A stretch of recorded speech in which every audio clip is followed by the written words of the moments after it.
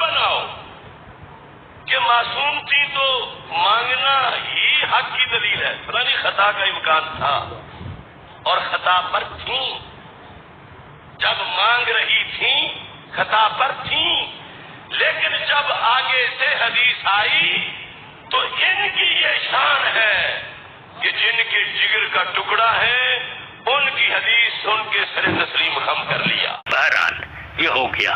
اب مجھے خلاصہ گفتگو یہ کر بتانی ہے کہ حضرت فاطمۃ الزہرا رضی اللہ تعالی عنہا نے جو مطالبہ کیا تھا یہ خطا نہیں، خطا اجتہادی تھی جس پر ثواب ملتا. اس کو خطا کہہ کر ان کو خطا بار کہنا درست نہیں. اس لیے میں مناسب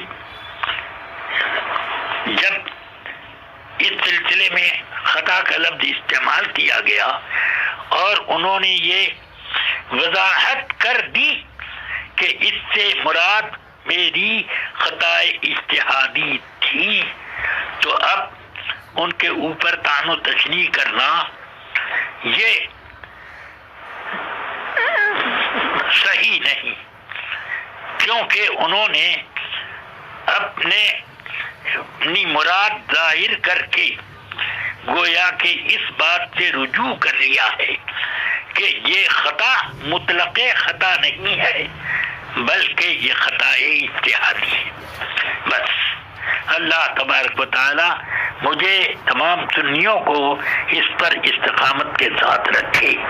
اس سلسلے میں تمام سنیوں کو یہ بھی یاد رکھنا چاہیے کہ اس مسئلے کو زیادہ چھیڑخانی کر کے شیعوں کو کوئی بھی اپنا ہم نوا نہ بنائے. جب ان کی طرف رغبت ہوگی تو اس کا نتیجہ بہت برا ہوتا ہے. حضرات خلفائے راشدین کی شان میں گستاخیوں کے تخیلات اور وسوسے آنے لگتے ہیں. حضرت امیر معاویہ رضی اللہ عنہ کی شان میں کچھ وہ لوگ جو کو اپنے کو سنی کہتے ہیں وہ یہاں تک کہہ دیتے ہیں کہ معاذ اللہ وہ صحابی نہیں تھے، معاذ اللہ وہ جنتی نہیں ہیں، اس طریقے کی باتیں کرتے ہیں. تو اس وقت ان سنیوں کو کیوں نہیں جوش آتا کہ رسول پاک کی کسی صحابی کے بارے میں بھی کوئی غلط لفظ کہنا بے شک ان صحابہ کی شان کی طرح ہے کہ یہ تمام صحابہ کی شان میں گستاخیوں کے درجے میں آ جاتا ہے. اور حضرات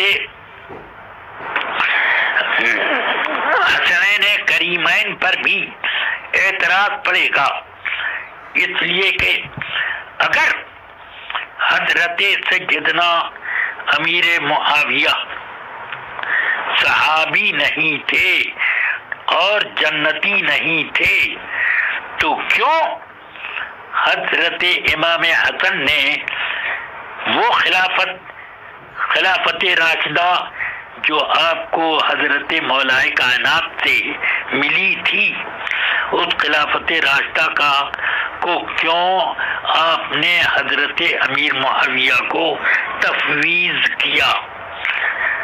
کیوں تفویض کیا؟ کیا یہ کہا جائے گا کہ تقیہ ہے؟ تو پھر سوال یہ آئے گا کہ حضرت علی نے یہ تقیہ کیوں نہیں کر لیا؟ یا اور موقع پر بھی یہ کہا جا سکتا ہے. اس لیے امام حسین رضی اللہ تعالی عنہ بھی امیر معاویہ کے زمانے میں رہے ہیں، مگر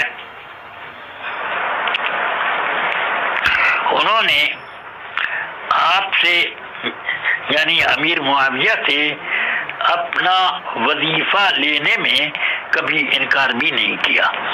بہرحال حضرت سیدنا امام حسن رضی اللہ تعالیٰ عنہ پر بھی اعتراض آ جائے گا، حضرت امام حسین پر بھی، اور بڑے بڑے فتنے کھڑے ہو جائیں گے۔